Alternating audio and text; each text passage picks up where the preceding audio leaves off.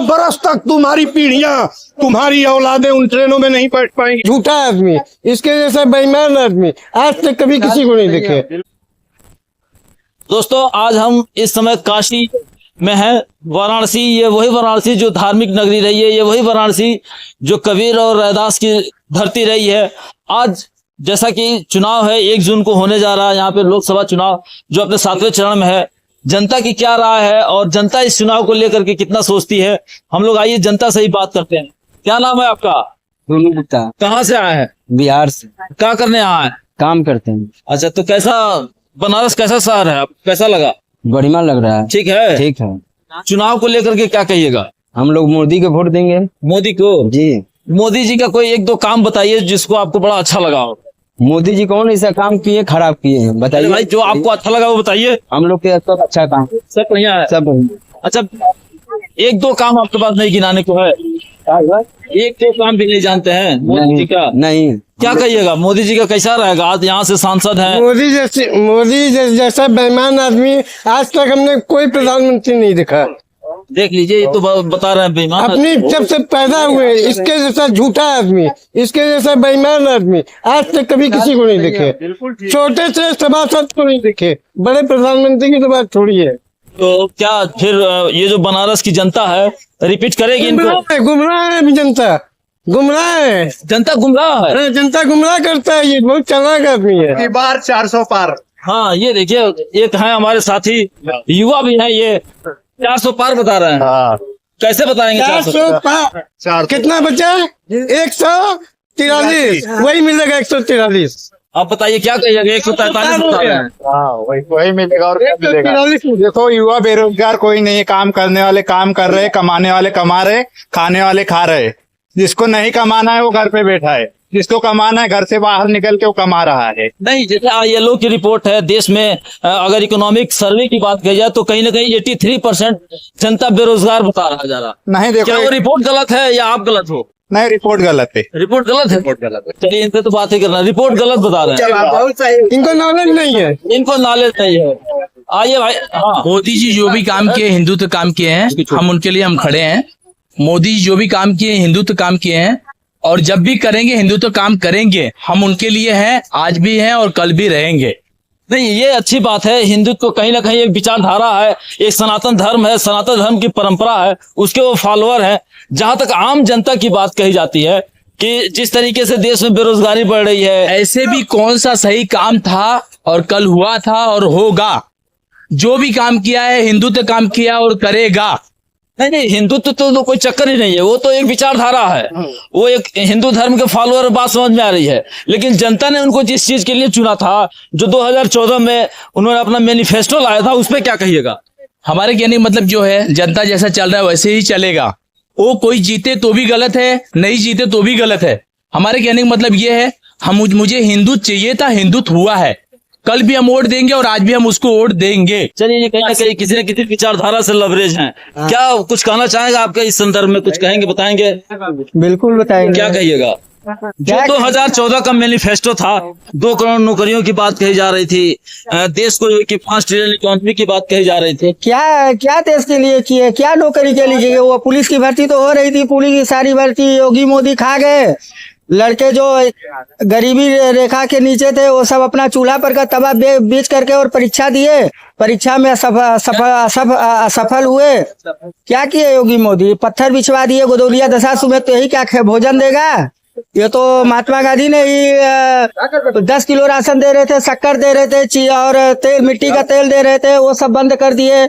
ये इन्होंने खाली 5 किलो दे करके वो भी 10 किलो के एक आदमी के पीछे 5 किलो दे रहे हैं, जो कि कंट्रोल में 3.5 किलो मिल रहा है कंट्रोल से। कंट्रोल वाले 1.5 किलो उसमें से चोरी कर रहे हैं। चोरी 1.5 किलो चोरी हो रही है। 1.5 किलो हो रही है। हाँ, 2 किलो चोरी हो रही है। 2 कंट्रोल पर चोरी हो रही, 2 किलो। छोड़ दीजिए। हाँ। ये खाली लॉकडाउन में भिड़ा दी सबको पैसा, घर की औरत भाभी भौजाई का पैसा जेवर शादी ब्याह करने के लिए, खाली जीने के लिए चूतिया बना के गैस को उज्ज्वला गैस दिए, उसमें से भी 420 करके पैसा उसका डबल वसूल लिए। गैस का और इसके बाद भी कह रहे हैं कि उज्ज्वला गैस दिए, फ्री पानी दे रहे हैं, फ्री बिजली दे रहे हैं, 2 रुपया का बिजली दे करके गरीबों को 2 रुपया दे रहे हैं, जिसके बाद 2 पैसा उसके 4,000 10,000 महीना बिजली के बिल आ रहा है। नहीं तो आ रहा है। मोदी जी जैसा कि बताते हैं अपने को गंगा पुत्र, तो क्या इस गंगा पुत्र को तिबारा मौका मिलेगा? क्या आप गंगा पुत्र नहीं है? मैं गंगा पुत्र नहीं हूँ।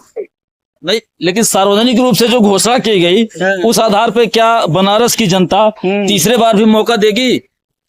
देखिए, बनारस की जनता तीसरे बार मौका देगी। जिस तरीके से पिछले पंचवर्षीय में उन्होंने यहाँ से हासिल किया है, वो मौका इनको नहीं मिलेगा। अच्छा, तो अच्छे दिनों की जो बात कही गई वो थी, सब फालतू अच्छे है। दिनों के से कितने वो सब पिछले साल चुनाव 1 सीट नहीं जीते।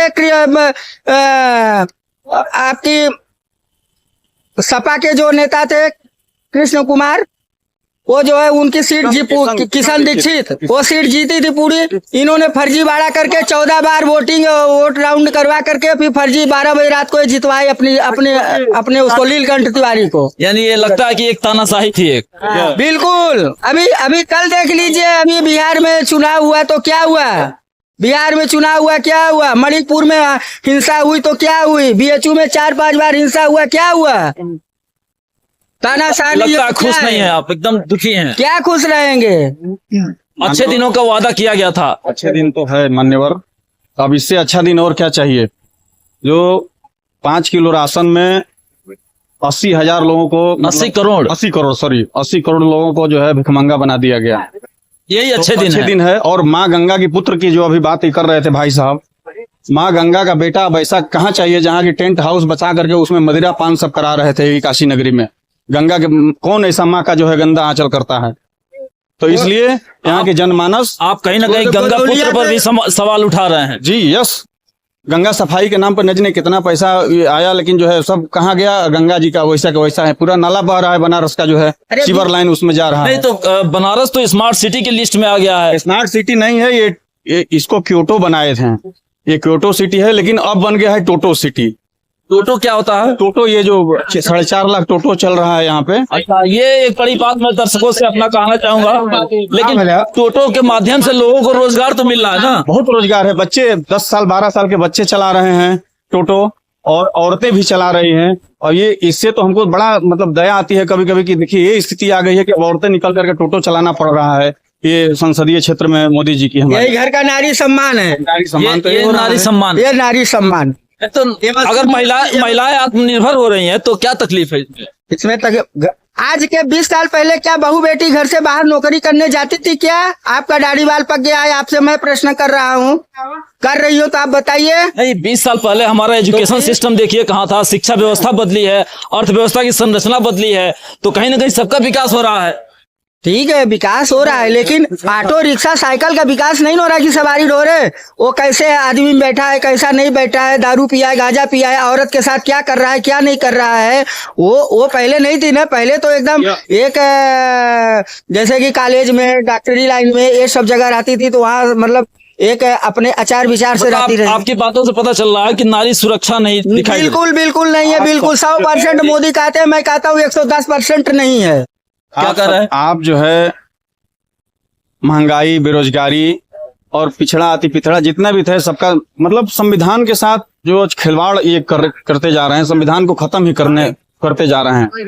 अब संविधान खत्म मैं यहाँ एक बार मोदी खिलाफ 2019 में चुनाव लड़ा, विजय शंकर पांडे नाम है, VIP पार्टी से। मेरा जबरी इन लोगों का कैंसिल करा देते हैं सब लोग। अभी 2022 में भी हमने विधानसभा जो किशन दीक्षित की बात कर रहे थे, किशन दीक्षित के उधर क्षेत्र से भी मैंने लड़ा, लेकिन बैठ करके वहां पर नामांकन रद्द कराया गया। ये यहाँ का डर है? कैसा मतलब ये सिस्टम है, लोकतंत्र है भाई। यानी ये कहीं ना कहीं लोकतंत्र को सीधे सीधे कुचला जा रहा है। जी और एकदम लोकतंत्र को कुचल करके अपने आप को हमेशा। अच्छा, हमारा कहना ये है कि रोटी और सत्ता हमेशा पलटते रहना चाहिए। फिर दोबारा भले बुला लीजिए, लेकिन रोटी नहीं पलटेंगे तो जल जाएगी, और सत्ता नहीं पलटेंगे तो अहंकारी होकर के तानाशाह बन करके जनता को कुचलती जाएगी। हमारे साथ इस समय आप देख सकते हैं कि पूर्वांचल गांधी जो गोरखपुर से चल करके इस बनारस नगरी में आए हुए हैं। आप देख सकते हैं ये पूरी तरीके से जो ड्रेस कोड बनाए हुए हैं, इनसे हम लोग बात करते हैं। सर, कैसे क्या जरूरत पड़ गई आपको गोरखपुर से चल के बनारस आने की? एक मिनट रुकिए। हाँ सर, बताएं। अंकल जी को भी सुन लीजिए आप। देखिए इस माइक से बात करें। नहीं नहीं ठीक है बोलिए। यह जो नगर है, यह नगर सत्य, अहिंसा और समभाव का नगर है। आज से नहीं, सदियों से, और पुराने प्राचीन नगरियों में से सबसे प्राचीन नगर है बनारस। संस्कृति और शिक्षा का नगर है बनारस। बुद्ध के प्रथम उपदेश का नगर है। दुनिया को पहला उपदेश सत्य, अहिंसा और शांति का इसी बनारस नगर से, इसी सारनाथ से बुद्ध ने दिया था, पूरे संसार को दिया था। उपनिषदिक राजा हरिश्चंद्र, सामान्य आदमी भी जानता है, नाटक भी देखता था कि राजा हरिश्चंद्र के नाटकों में राजा हरिश्चंद्र इसी बनारस नगर में डोम के हाथ बिके थे। किस बात के लिए? सत्य के लिए बिके थे, सत्य के लिए बिके थे। यह वही जमीन है जहां कबीर, तुलसी, रैदास, प्रेमचंद्र, बिस्मिल्लाह खां की जमीन बनारस है। यह गंगा की वो पावन धरती है जहां अविरल गंगा बहती है और उसमें हिंदू मुसलमान एक साथ नहाता है। उस बनारस की जमीन पर आके आपने नफरत की कुंड को जगाया है, खोदा है। इसीलिए इस बनारस में आए थे। यही बनारस में आने का आपका मकसद था। और जब आप 14 में हिंदुस्तान की बागडोर संभाले थे, मैं पूर्वांचल गांधी यह कहना चाहता हूं कि जब इनकी चाय पर चर्चा कार्यक्रम हुआ था तो मैं गोरखपुर में, मैंने वेलकम करके इनको संचालित करके संभाला था। तब आप क्या कह के आए थे? आप कह के आए थे, मैं काला धन 100 दिन में लाऊंगा, 2 करोड़ रोजगार प्रत्येक साल दूंगा, 2 करोड़ रोजगार प्रत्येक साल दूंगा और यहां से भ्रष्टाचार मिटाऊंगा। आपने इस मुल्क के साथ किया क्या? आपने सत्ता में आने के बाद कहा था कि 300-400 का कांग्रेसी हुकूमत का सिलेंडर 300 में देने के लिए प्रॉमिस किया था। 13 रुपए में चीनी देने का प्रॉमिस किया था। आपने 33 रुपए में डीजल पेट्रोल देने का प्रॉमिस किया था। कहां चला गया इस ठग का?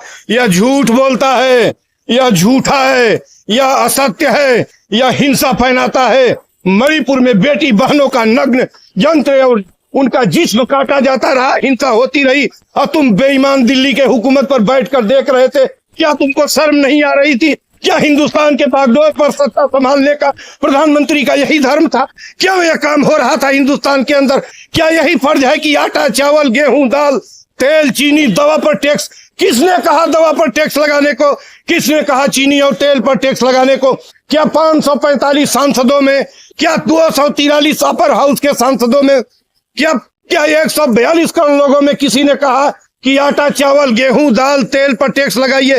क्या किसी गाड़ी मालिक ने कहा कि हमको रोड पर टैक्स लगा दीजिए, मेरी गाड़ी पर टैक्स लो और अपनी गाड़ी पर honourable president, honourable prime minister, honourable member of parliament, honourable legislative members और इंक्लूडिंग 3 दर्जन वीआईपी टोल टैक्स नहीं देते? फिर इसके बाप की सड़क है क्या? इसके बाप की सड़क है क्या कि नहीं? रुके रहिए। ये जो भेदभाव की आप बात बता रहे हैं, नहीं, ये भेदभाव नहीं, ये हिंदुस्तान को पूरी तरह ठगता है, यह झूठ बोलता है, यह ठग है। इस हिंदुस्तान को धोखे में रखकर, यह मंदिर का झांसा देकर, यह मंदिरालयों को बनवाकर, यह मंदिरों में भ्रम पैदा कर करके किसने पाखंड को की ज्योति जलाई है? किसने अंधविश्वास को बिखेर कर भोली भाली जनता को 70% आवाम जो काम करके मर जाता है, मजदूर और किसान, उसको इसने ठगी का 8 किलो 5 किलो अनाज देकर 80 करोड़ लोगों का जीवन इसने दुर्लभ कर दिया है, दुर्गम बना दिया है। 22 करोड़ कुपोषित कैसे जीवन जी रहे, कौन बताएगा? मैं इस बनारस में इसलिए आया हूँ कि है बनारस की जनता, यदि तुम्हारे पास पेट है, पेट खाने वाले हो और मत देते हो तो इस बेईमान के पर बटन मत दबाना। इसने कुछ नहीं छोड़ा है और अब तुम्हारी अंतड़ियां बेच देगा, अब कुछ भी नहीं छोड़ेगा। इसके किसी भरोसे में मत रहना। ये विश्वास दिलाता है, ये गारंटी दिलाता है, ये 5 ट्रिलियन अर्थव्यवस्था कहता है और expressway, international airport, Vande Bharat train देता है। तुम्हारे 100 साल तक की पीढ़ियां, 100 बरस तक तुम्हारी पीढ़ियां, तुम्हारी औलादें उन ट्रेनों में नहीं बैठ पाएंगी। उन गाड़ियों पर उन रोड पर नहीं चल पाएंगी। जिसके भ्रम में मत पड़ना। इस महाठग को बनारस से सलाम करके नमस्ते करके ये कहता है गंगा पुत्र हूँ। ये गंगा पुत्र को, गंगा को कितना इसने बदनाम और गंदा किया है, समझ में नहीं आता। गंगा में हिंदू मुसलमान दोनों नहाता था, इसने गंगा को क्या बना दिया है? क्या इसने ज्ञानवापी में डिगिंग कराई है? क्या ज्ञानवापी खोदा गया है? अब तक ज्ञानवापी नहीं खोदा गया। अब तक कबीर यहाँ एक साथ रहता था, कबीर और तुलसी यहाँ एक साथ थे। फिर गंगा में, फिर यहाँ मीरबाकी में, फिर यहाँ ज्ञानवापी में डिगिंग क्यों की गई? इस नफरत को, इस झूठ और भय को कभी वोट न देना। मैं इसी सत्याग्रह के लिए आया हूँ और नरेंद्र मोदी की सत्ता का पतन करके यहाँ से जाऊंगा। बिल्कुल, पूर्वांचल गांधी की ये सारी बातें जनता पर कितना असर दिखाती हैं, यह तो 1 जून को पड़ने वाले चुनाव से पता चलेगा। फिलहाल अच्छे दिनों का वादा करके यह सरकार बनी थी। अच्छे दिनों का जो संकल्पना थी, कितना आपको दिखाई दे रहा है? आप बताइए, आप कब से पत्रकारिता कर रहे हैं? हम पिछले 7-8 वर्षों से पत्रकार से 7 साल से पत्रकार करते। अच्छे दिन आए आपके? आपके तनखे बढ़े? बताइए, आपके तनखे बढ़े? ये आदमी बहुरूपिया है, देश के नौजवानों का दुश्मन, महंगाई का दुश्मन। लोग खाने को लाले पड़ रहे हैं। ये सरकार ने गरीब तबके को एकदम दबा दिया है। नहीं, लेकिन मोदी जी का डंका तो पूरे विश्व में बज रहा है।